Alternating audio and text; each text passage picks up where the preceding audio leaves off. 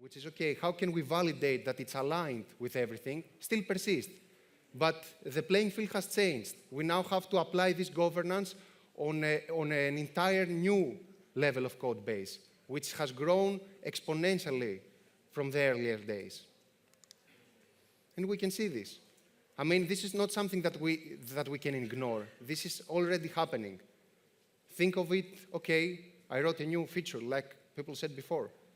That's exciting. I could do this in 10 minutes. Why? Because I have a really good code organization and I prompted the model really good and it produced all this work. But going from there to putting that feature in production and making it available to our users, that's a huge leap to do without any kind of governance.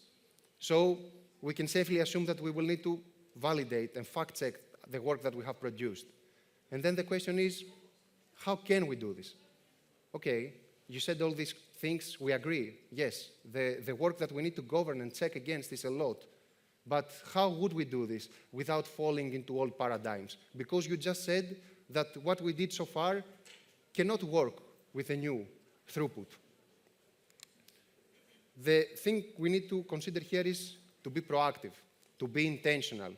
Approaches where we try to govern anything without having, let's say, a direction of what we want to do, and what we want to achieve, and what we want to govern against, won't work. Just based on the sheer amount of work, it would mean either having another AI check your work, which again falls in a loop that doesn't end, because who checks that AI, or introducing like, I don't know how many new people that will go over the work produced, which would mean that the companies would 10x their staff. So what we need to do is change a bit our mindset, be more proactive. What we want to do is make sure that we embed governance, not bolt it on later. Instead, we want to embed it into the workflow itself. So we can start before writing the code, during the code development, and after code has been created. And some concepts that we need to focus here and are really important is standardization. As an organization or as a team, most likely we have a way of working. We are not working as a solo engineer, which means we have some patterns, we have some tools that we are using, we have an agreed upon convention of how we develop, how do we document, how do we store our artifacts, etc. We want to standardize those. So we want to not necessarily enforce them, but help the developers and provide them with a paved road or golden path if you are familiar with this kind of concept. Then we want to automate a lot of the work.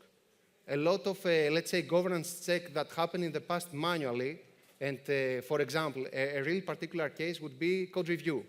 Okay, we have code review. You would say in the past, yes, I have committed my code, it's in a pull request, so my team lead will go over it and review it.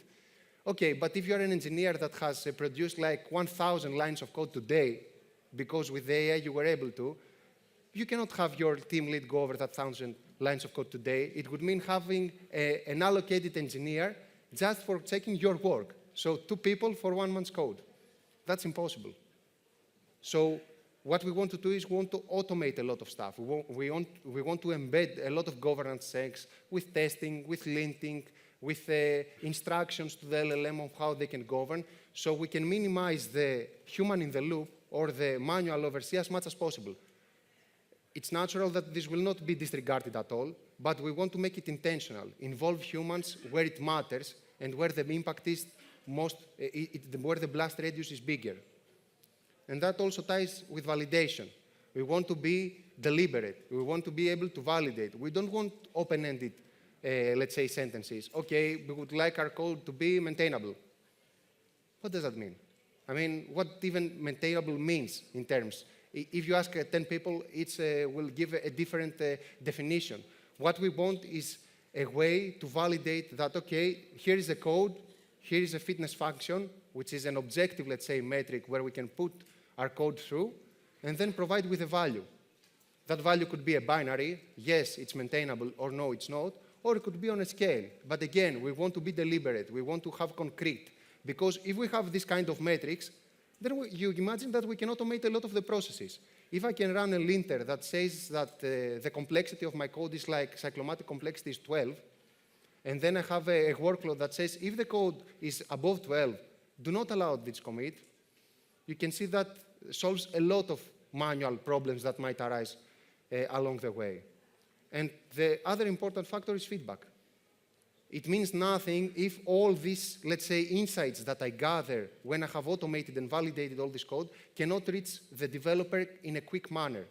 Because if the developer has to wait, or the designer, or the, I don't know, the product owner, whoever, has to wait for a long time in order to validate that the work they have produced is compliant, that's idle time. So it means that I cannot progress with any further work before I can validate the already existing one. How would it look to govern code during development? Because I said before, we can do so before, during, and after, with different approaches, of course. But what would it look like to be governed during the development? That might be a bit contradictory, but it's not. Because, like with everything new, we have new capabilities.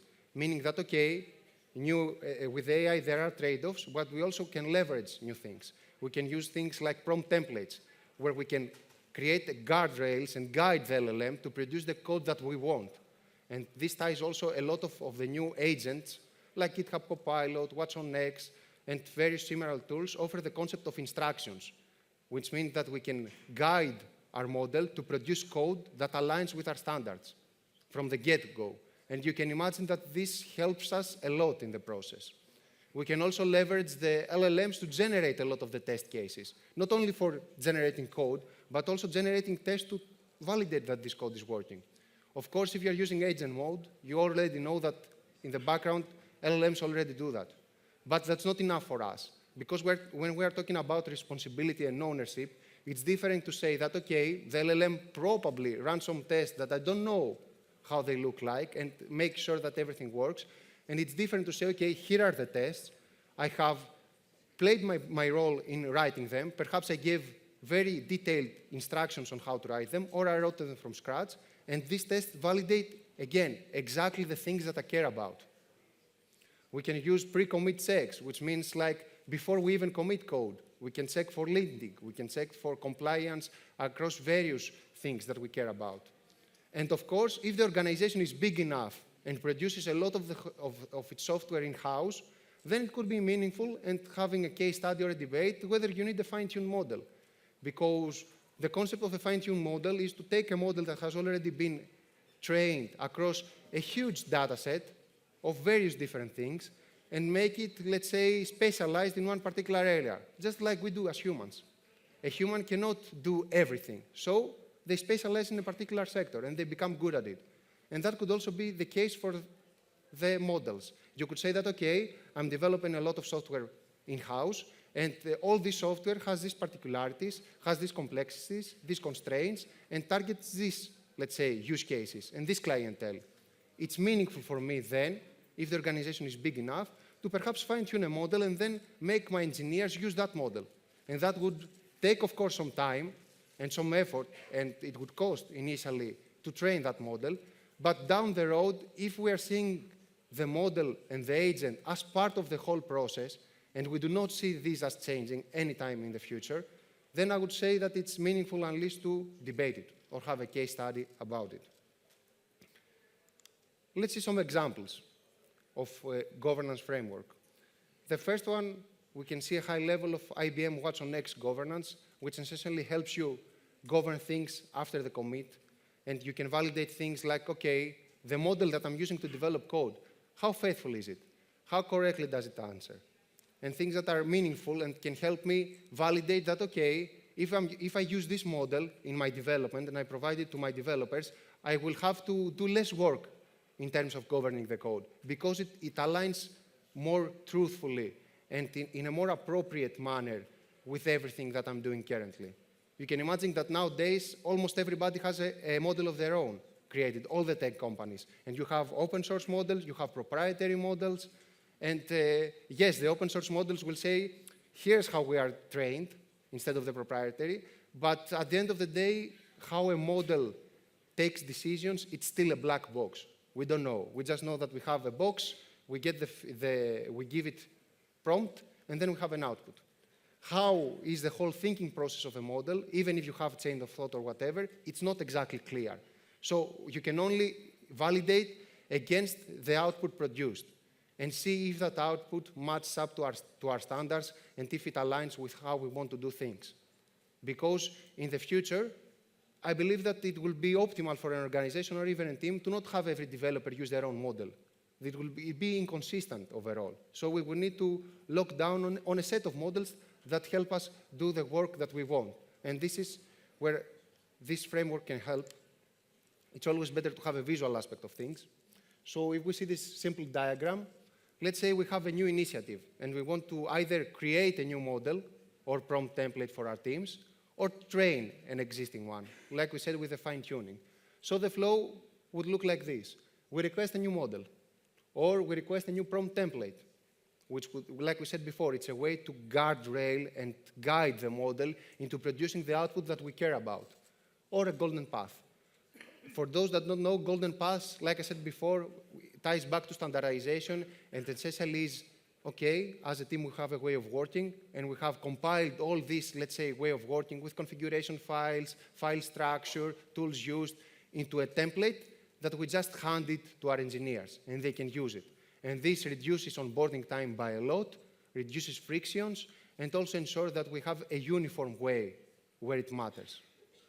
Okay, so we made the request, probably a ticket. And then we try to train or import the model, depending whether we are fine-tuning or we are using an already existing solution. Similarly, with the templates, we would define what we want. For example, it could be, okay, you are helping me develop code. This is the style that I want. This is how I want to name my parameters. This is, this is how I want to annotate this. This is how I like to use the patterns in programming that I like to work, my classes, whatever. High-level conceptual ideas that engineers are familiar with, but the LLM is not. So why not use it to guide it instead of having to the back and forth each and every time to try to end the reach goal? Then we would test that. We would not use it just by faith. We need to validate that, okay, what we have received is actually what we want. Otherwise, why even bother? So we would test the model. We would provide it with a lot of, let's say, potential inputs that would be used by our engineers, and then we would see how it behaves and if it's up to our standards. Similarly, we would test the template. When I give this model, for example, this template, does it always produce the output? If not, out of 100 prompts, how often does it produce it? And this is very meaningful when choosing about models. Because if you're paying per token, you want to make each token count. Otherwise, like with cloud, you're going to receive the billing at the end of the month, and then you will probably reevaluate your decision of using this particular model. And then we want to release it. But then only we want to release it. After having done all this, we want to have a request. A request means that, okay, I want something and I'm deliberate about it. I'm particular. I can make some, let's say, request in terms, okay, what do I want? To make me describe it and demonstrate that, okay, I have a thing in mind. I'm not just spitballing here. Then we want to be specific in definition, and then we want to test it. You see, these concepts are very similar with how we're doing things almost everywhere. So why abandon it now? A second and last example is the code governance framework. The code governance framework is an offering we have developed at Performance after, let's say, feeling and thinking about the needs and the challenges that the market faces from various of our clients. And it aims to do one thing in particular. It aims to reduce friction, and it aims to strike a balance between, like we said before, the safety part of governance and the confidence part. So we want to streamline our operations. We want to make sure that everything we are doing is on point, but we also want to make sure that we are not introducing bottlenecks to the work of our staff. We don't want to reduce velocity just to govern everything. Instead, we want to enable our staff and increase the productivity. And this is a high-level, let's say, diagram of, let's say, a view regarding the code, where we have teams that define requirements. That will not change. Requirements will be an ongoing part of everything we do, because we need to create, let's say, a frame under which we are working. These teams could be security, it could be quality, it could be product ownership, it could be business, it could be whatever. And we have these requirements, and then this framework with a particular team of DevOps engineers, platform engineer, whatever, act as an interface between the requirements and the developers. So we can embed all those requirements in an organic way in the development flow. And so we can enable productivity whilst also making sure that all the work that is being produced, which, like we said before, the amount of work being produced is a lot more than a couple of years past, is always up to our standards. That's what it is about at the end of the day. So we moved from writing every line ourselves, then we had some intelligence with some sugar from the editors, whatever, and now we have the LLM doing it for us.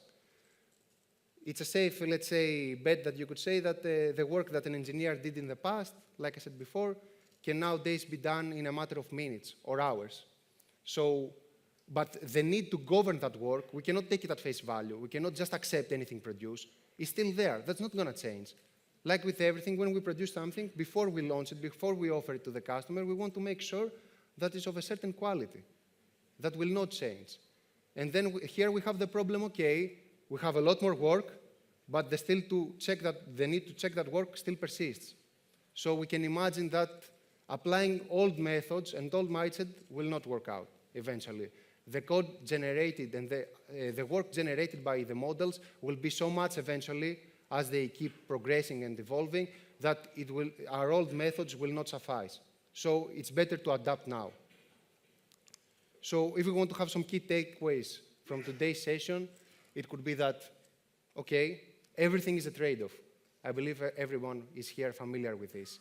Yes, AI multiplies productivity, but it also multiplies complexity. And that's natural. Yes, governance should be able to scale and meet the current pace of things, and should do so by embedding in the actual workflow and not having as something upper. We should evaluate evaluating the output of an AI model is just as important as producing it.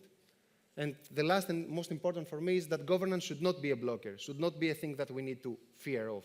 Instead, we should leverage, flip the script, and treat it as an enabler. That sums up my presentation.